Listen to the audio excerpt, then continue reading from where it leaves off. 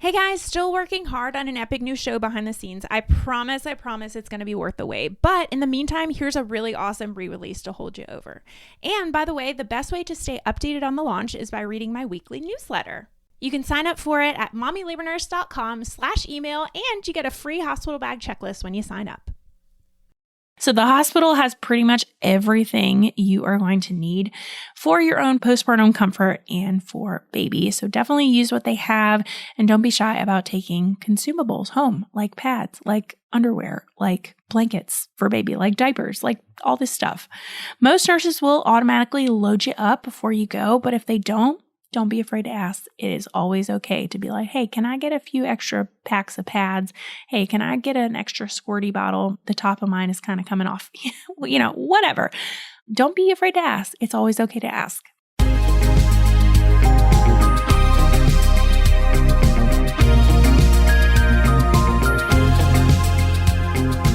You're listening to the Mommy Labor Nurse podcast, where you'll gain the knowledge and confidence you need to erase the unknowns of pregnancy and birth and rock the newborn days like a boss.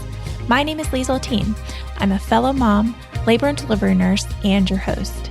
Each week on this podcast, you'll hear a mix of birth stories, expert interviews, and other fun pregnancy and birth-related content. As a reminder, anything you hear on this podcast is not medical advice. Please see mommylabornurse.com/disclaimer for more details. And now let's get into this week's episode. Happy Monday, you guys. I am currently sitting in a closet.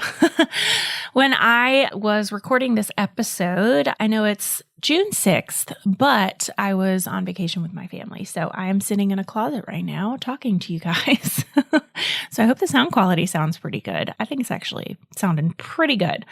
So today we are going to be talking about that golden hour after birth and also what to kind of expect in the first 48 hours in your hospital stay. Okay. So whenever I am helping moms get educated on prepping for their upcoming births, I always want to put that golden hour kind of on their radar because this uninterrupted first hour of baby's life is actually filled with such great evidence-based benefits for both baby and you.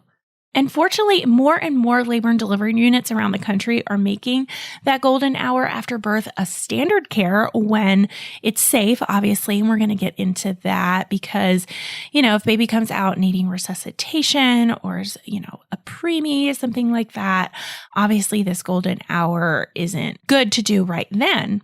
But knowing more about how beneficial it is when it is appropriate can help you advocate for it in your birth plan and after baby's delivery in the event that it doesn't, just happen as standard practice. But again, more and more units around the country are kind of getting on board that this golden hour needs to really be standard practice because it's so great.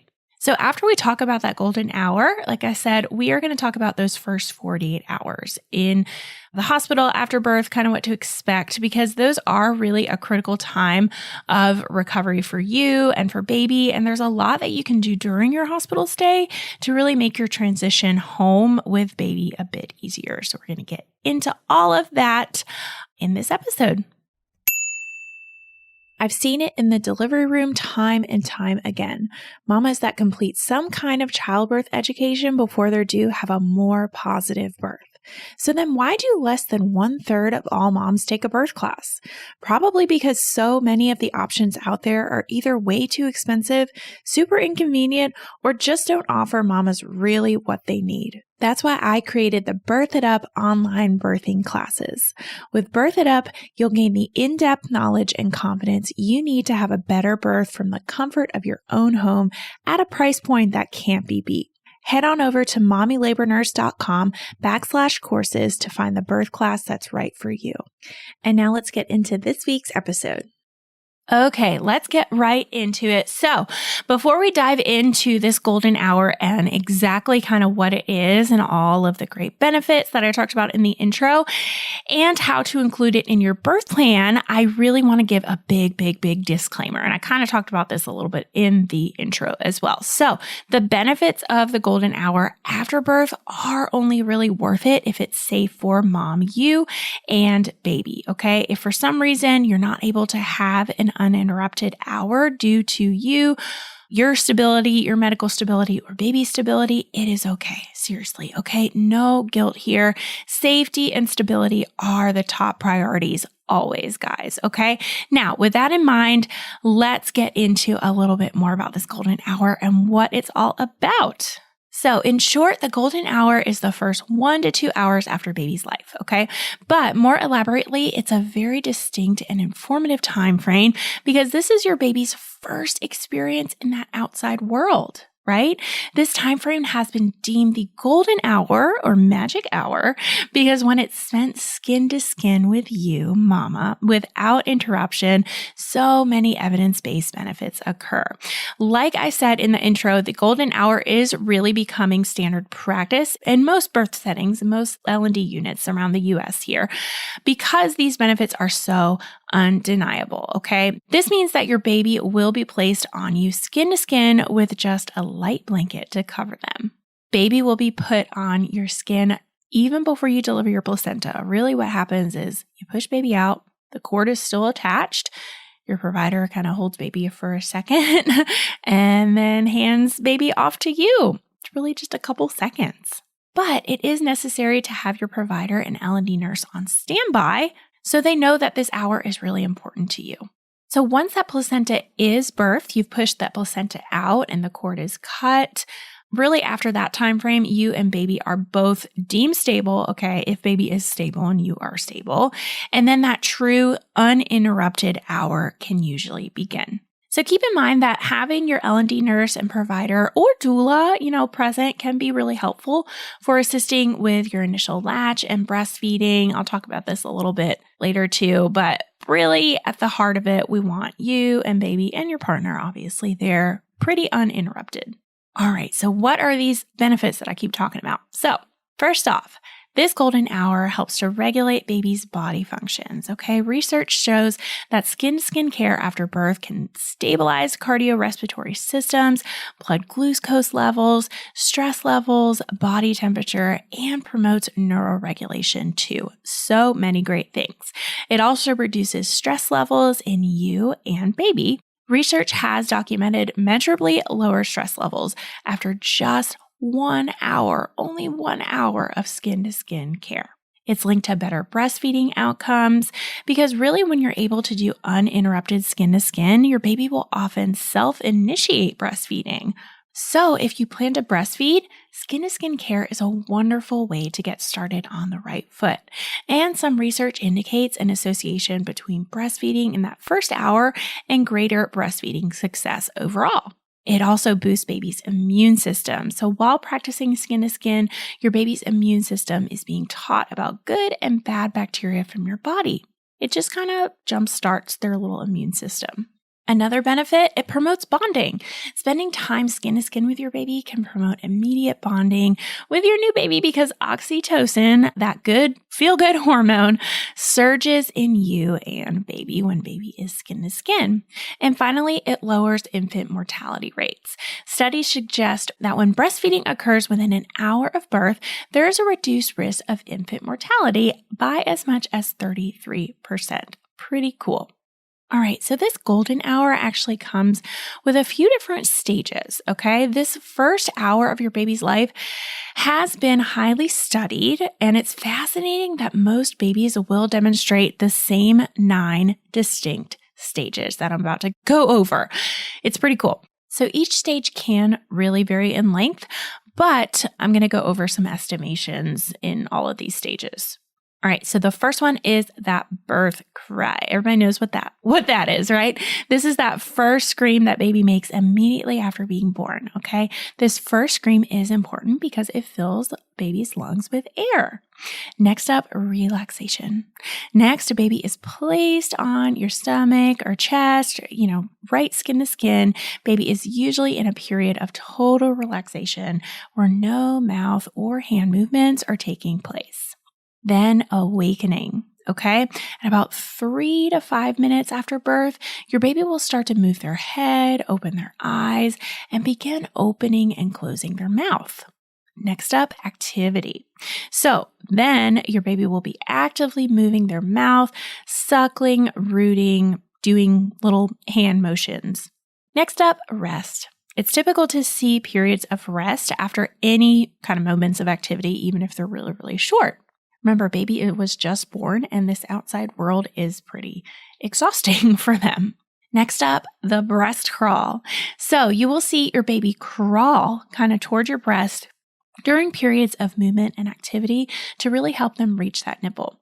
I know this sounds crazy because newborn babies don't crawl, right? But I've seen this. It's so crazy. They kind of jump forward. If you just click on your YouTube app and type in breast crawl, it's crazy to see how they do this. Typically, this happens at about 35 minutes after birth, but again, it can range, it can vary. Next, familiarization. So during this stage, a baby will be taking in your smell, licking and mouthing your nipple and breast, and feeling your body to become really familiar with you. 2 more stages. Next up is suckling, okay? So baby will start to self-initiate latching onto your nipple and suckling. This will be baby's first experience with breastfeeding. And when this happens, ask your nurse to come and look at baby's latch. Even though baby will often initiate that first latch on their own, you may need to kind of widen their latch. Remember, this is the first time that they have ever done this before. So they may need a little bit of help kind of widening their latch or kind of splaying their lips apart. And then finally, that last stage is sleep. After going through all 8 of these stages, usually at 1 to 2 hours after birth, your baby will fall into a deep and restful sleep. And hopefully you can kind of get some sleep too. All right, so how do you incorporate this golden hour into your birth plan? So even though this is becoming the standard of care, which is great, I do always recommend making your wishes surrounding this golden hour clear on your birth plan and talking with your provider about it during one of your appointments before birth. All right, so here are some ways that you can indicate in your birth wishes that this is something that's really, really important to you, okay? First up, ask that if baby seems immediately stable, right?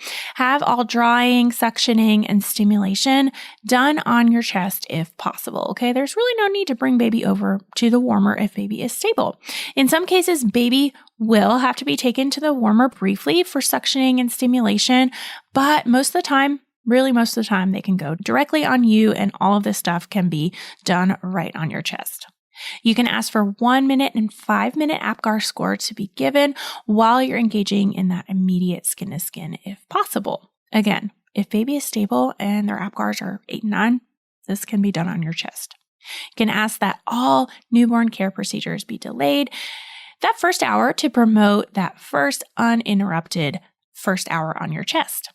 Ask that all visitors be kept out of the room for that first hour and that really only vital members of your birth team, like your doula, your labor and delivery nurse, your provider, be present to help deliver your placenta, monitor your bleeding, help you with breastfeeding, all that good stuff. You can ask that the room feel calm and quiet during that first hour after birth. Dim those lights. Ask people to kind of talk quietly.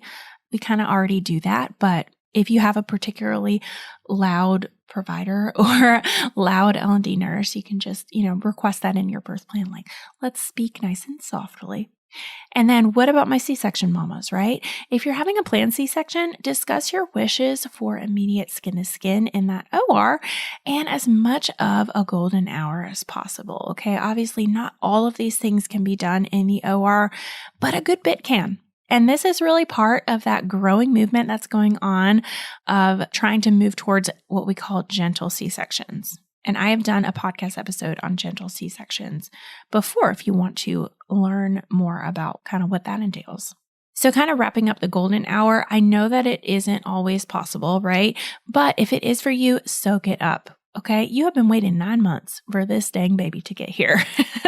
And I can't urge you enough to make this a priority on your birth plan. Okay.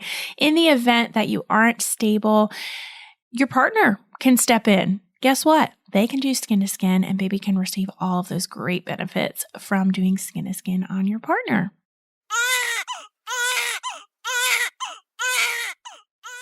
All right, the sound of that baby crying means it's time for this week's segment of Birth It Up Babies. This one says, "Hi, Liesl, your class is amazing. My husband and I were able to complete it before going to our scheduled induction on Sunday." Oh, she just had a baby.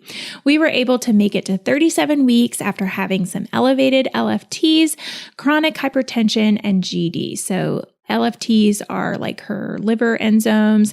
Chronic hypertension is like high blood pressure. And then GD is gestational diabetes. She said, "Wasn't opposed to epidural, but did not go in necessarily wanting it. I wanted to see how far I could get without it." Yeah, fair. So she says, "Started Cytotec on Sunday night, had consistent 5 to 6 out of 10 contractions until her pain level was 5 to 6 out of 10 contractions until starting Pitocin Monday. Got to 5 centimeters on 16 of Pitocin before asking for an epidural Tuesday morning. I could have gone longer, but I didn't want to get to a point of no return." Smart girl. "Water broke the second the needle went in." Oh, okay. That's fun. Yeah. She says, "So that was fun sitting in that for a while. Ugh. Started getting a lot of pain and feeling sick. So I got a bolus and slept for almost 2 hours. Woke up and felt some spreading down there." Ooh, woke up and felt some spreading down there. "Doctor checked me and was complete +3. Woo, that baby was just coming right through, right?" She said, "Pushed a few minutes later for 3 contractions and we had our sweet baby Oliver within minutes." Oh, baby Oliver. And she sent me a little picture too. So sweet. All right. If you want to check out the course that this mama took, I don't think she actually said, I think she took the epidural series. You can head over to mommylabornurse.com and click on the epidural series to learn more. All right. Let's get right back into this week's episode. All right. So what happens after this golden hour? All right, let's talk about your hospital stay, okay? I'm going to be going over what a typical hospital stay is like for an uncomplicated vaginal birth, okay? But again, in that episode where I talked about gentle C-sections, I did talk about what to expect if you're having a C-section, like kind of what your hospital stay is about. So I urge you to go and listen to that episode. And that episode, I just looked it up, is episode 114, and it's called C-section versus vaginal birth, which is the better option. Just kind of go over how sometimes vaginal birth, does not outweigh having a C-section. Also got a ton of other episodes on the podcast just about C-sections in general. So if you go to our website and you type in C-section in the search bar, a ton of episodes will come up and a ton of blog articles. All right. So what happens immediately after you birth your baby? We talked about the golden hour, but what's kind of going on also during this hour?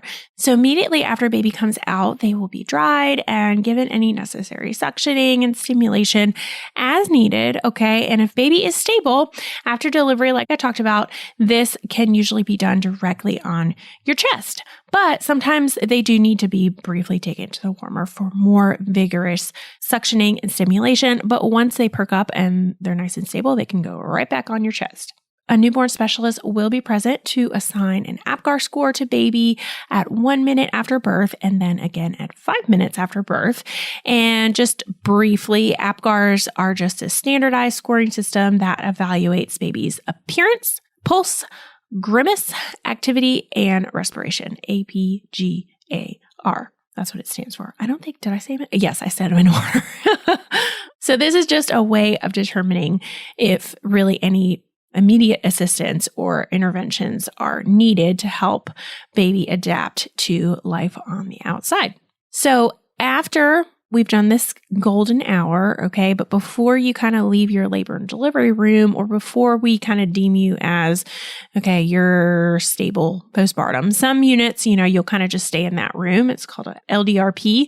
And then other units, you'll deliver baby, stay in your labor and delivery room for about 2 hours, and then go over to postpartum. So before you go over to this postpartum unit, or you're deemed postpartum, there are a few things that will happen. So your nurse will come in and get baby's measurements, She'll frequently check baby's vital signs and administer a vitamin K shot and antibiotic eye ointment. And these are optional, okay, or they can be delayed until later in your stay if you wish.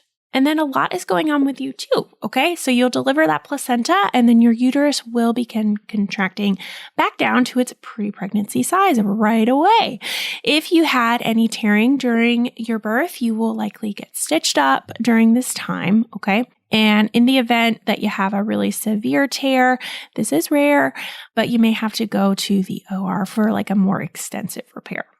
Your nurse will also be assessing your uterus to make sure it's doing its job in the form of fundal rubs. Not so fun, but it says fundal rub, but they're not so fun. So this is essential for spotting that extra bleeding that you might have and reducing the likelihood that you'll have a postpartum hemorrhage. So we do take it very seriously.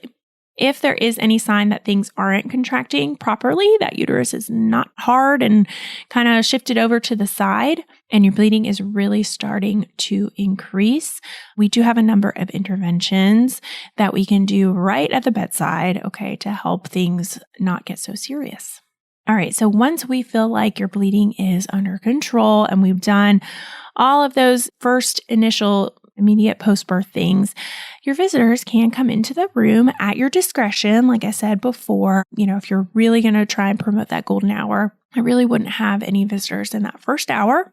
But guess we can have something to eat and drink if you've not been having anything to eat or drink during labor. Usually people are quite hungry and thirsty after birth because you just did a whole lot of work and you need some fuel. So like I said, all of this takes about 2 hours, okay? And then we will transfer you and baby to a postpartum recovery room for the rest of your stay, or you'll stay in that same room and we'll check on you a lot less and kind of leave you alone. Postpartum recovery rooms are typically a bit smaller than labor and delivery rooms. And in most part of the country, private postpartum rooms seem to be the norm. You're not going to be sharing your room with somebody. The big exception here that I've discovered is in New York City. Okay, so if you're listening to this and you live in New York City, there are some hospitals that still have those shared postpartum rooms. And then in other parts of the country, like in other really densely populated urban hospitals, there might be a certain hospital where you won't have a private room. But guess what? You should definitely confirm the details of your postpartum room before you go into labor, before you have your C-section, so that you can kind of mentally prepare for whatever's going to happen if you do have to share a room. Okay, so what are these postpartum recovery rooms like? So I can mostly speak to the rooms at my hospital, but in chatting with other L&D nurses from around the country, what we have at my hospital seems to be kind of the norm. You won't get anything super fancy, right? We're not staying at the Four Seasons, but you will most likely have a private room with a bathroom, okay? Some recovery rooms have a double or a queen size bed for partners, pretty neat. Others have a pull-out sofa bed for partners to use. We personally have pull-out sofas. They're just pretty standard. As for you, you will likely have like a single standard hospital style bed that has motorized adjustment capabilities. You can kind of raise your head, lay it back down, raise your feet, lay them back down. For baby, there usually is some sort of safe mobile bassinet or cart that they will use for sleep when they are rooming in with you, and if they need to be transported at all around the floor as needed. Most, if not probably all hospitals do have a policy that baby can only be transported out of the room while they are in that little cart. Okay. This cart is often where baby supplies are stashed. Like they usually have little drawers underneath, diapers, burp cloths, any creams, onesies, stuff like that. Some other things that might be in there might be a rocking chair, a little mini fridge, a small table, with 2 chairs for eating and a TV. Many facilities around the country are adopting more of a family-centered approach to postpartum care, which is great. And this means that postpartum rooms include comfortable accommodations for partners and encourage new parents to do rooming in with baby for, if not all, most of your stay. This doesn't mean that you can't utilize that nursery a bit to get some much needed sleep, but it does encourage you to have baby in the room as much as possible or as much as you need. The main goal behind this family-centered postpartum care model is so that partners are also learning how to care for their newborn as a team. You guys are a team, right? You both are using your hospital stay after birth as a time to really get to know your baby's cues and become more comfortable with newborn care while you guys are there with experts like nursing staff and lactation to help you if needed. Once you're moved over to your postpartum room, we will start to bother you a little bit less, okay? But we'll still probably be coming in every 2 to 4 hours to check you and your baby's vital signs. It may be more frequent if anything abnormal comes up, but we kind of try to stick to around every 2 to 4 hours. When your postpartum nurse comes in to check your vitals, they will also be assessing your pain, checking in about feeding, when was last time baby was feeding, how that's going. And they're also obviously available to answer questions that come up. She'll likely do some educating, or he. I've had a L&D nurse, postpartum nurse, who was a male on my show, so I can't just say she, but most postpartum nurses are female. But some may be male, so you might have a male.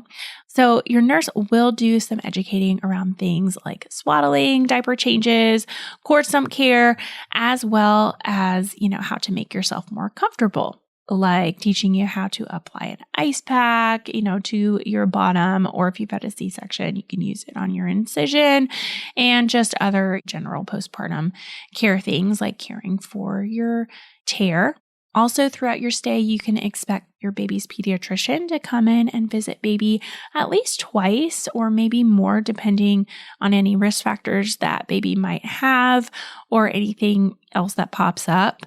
Baby will receive a heel stick blood test to screen for a number of disorders, and in most states, a hearing test will also be done. So you'll also have an exam done by your OB or midwife before you can be discharged too, okay? And then there's also a ton of paperwork that you'll need to fill out, including that all-important info for the birth certificate, right?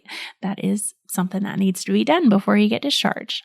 All right, so how long do you actually stay in the hospital after you give birth? So for vaginal deliveries, most insurance companies cover a 48-hour hospital stay, okay? And that seems to be like a general policy in the US in most hospitals.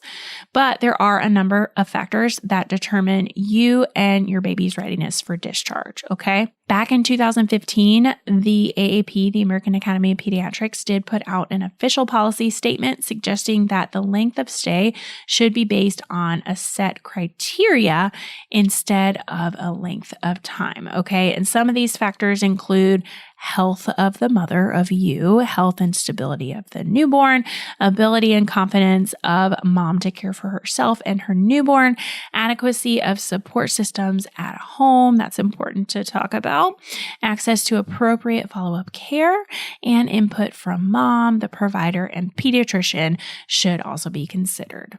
All things that make sense to me. But even with all of that in mind, it still seems to be that the average hospital stay is right kind of around that 48-hour mark, maybe a bit shorter or longer depending on the time of day that you give birth, right? If you give birth at 3 a.m., it's kind of hard to go home right at 48 hours. But it does typically include 2 overnight stays. All right, so what happens if you want an especially short hospital stay, right? You're like, let me get out of here as soon as possible. I'm raising my hand because I just did not like sleeping in that hospital bed. So if you have an uncomplicated delivery and are interested in a briefer hospital stay, this actually may be possible, okay? I usually recommend that mamas ask about this ahead of time, right after delivery, to kind of understand their hospital's unique policy surrounding early discharge, because it does vary from unit to unit. I have really seen many mamas leave sooner than 24 hours or right at around that 24-hour mark. That's definitely possible. Oftentimes, these are second-time moms or third-time moms or many-time moms who have had uncomplicated vaginal births, okay? They feel confident in their newborn care ability, and you and baby are both pretty stable. So if you want to leave after 24 hours, it will take a little bit of advocacy on your part, okay? There are a lot of hoops that you have to kind of jump through, and we kind of have to expedite things pretty, a little bit quicker. So if you are really wanting to leave ASAP, definitely speak up about this early if you are hoping for this and it's feeling possible, right? Based on you and your baby's postpartum adjustment. All right, so let's go over some tips to how to make the most of this hospital stay. Okay, so number one, I want you to rest as much as possible. Okay, this might seem obvious because there's, a bed in your room. You're going to be in the bed a lot, but it actually can be kind of hard to do, especially if you're not the kind of person that can really rest very well in other beds. I'm raising my hand again. And if you're not intentional about it, okay? After you give birth, your body really does need to heal. And in order for that to happen, you need to rest and you need to sleep. Sleep, sleep, sleep. Sleep, sleep, sleep.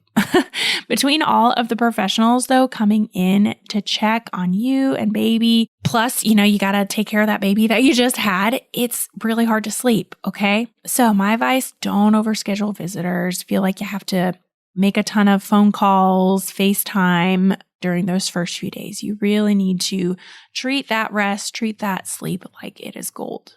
All right, so that gets into my next one. I kind of already said it, but number 2, definitely limit those visitors, okay? I really challenge you to limit visitors as much as possible during your stay, maybe even going as far as saying, no visitors.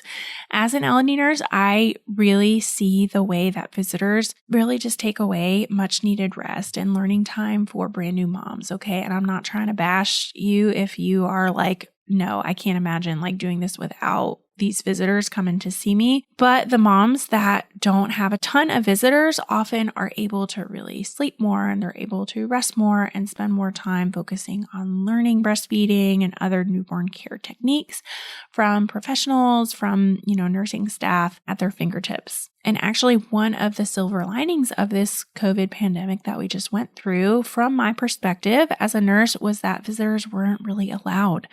Mom could really take that 48-hour hospital stay to truly just rest and focus on baby without the guilt of hosting these visitors. And again, I know that not everybody's going to agree with me, but I just want to be kind of candid about my own perspective when visitors just weren't allowed. All right, next tip.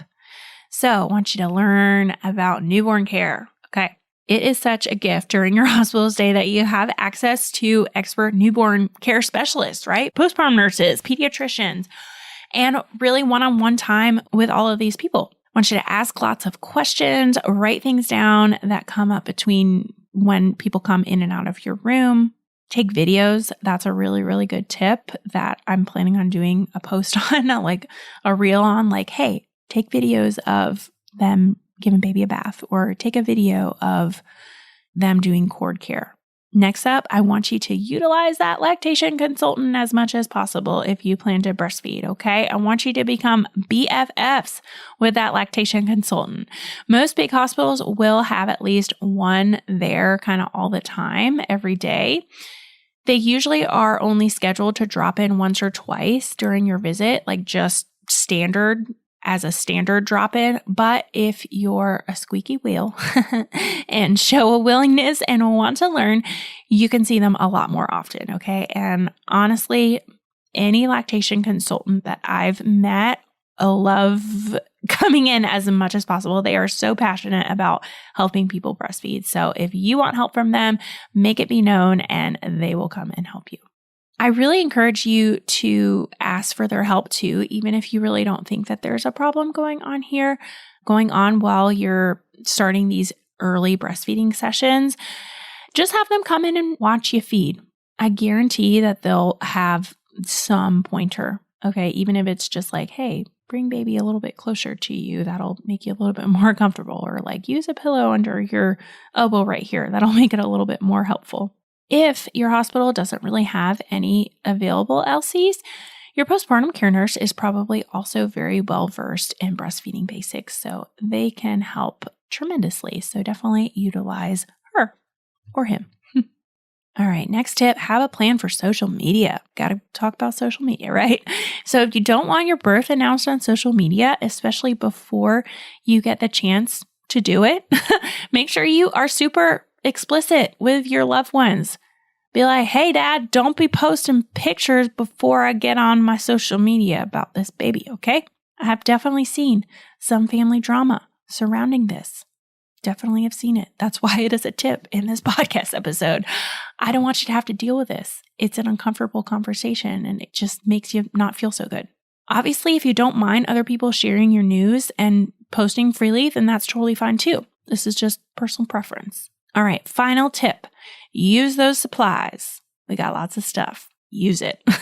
So the hospital has pretty much everything you are going to need for your own postpartum comfort and for baby. So definitely use what they have and don't be shy about taking consumables home, like pads, like underwear, like blankets for baby, like diapers, like all this stuff.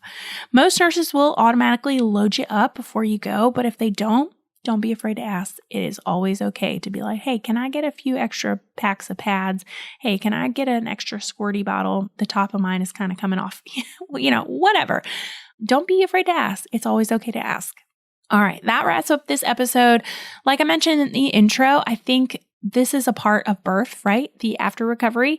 And that often kind of gets glossed over. We prepare so much for birth, right? But we don't prepare so much. It's kind of something that we're not thinking about. But there really is so much to learn and benefit from during your hospital stay after birth, okay? And with this knowledge, you are going to leave the hospital feeling ready to rock those newborn days.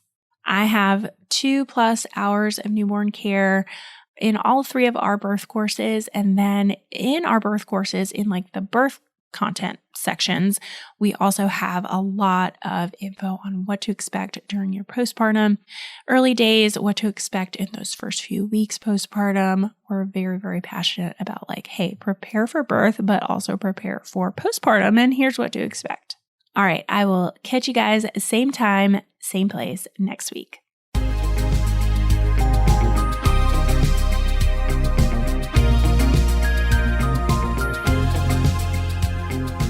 All right, guys, that wraps up this week's episode. Thank you so much for tuning in and letting me be a part of your motherhood journey. It is truly an honor.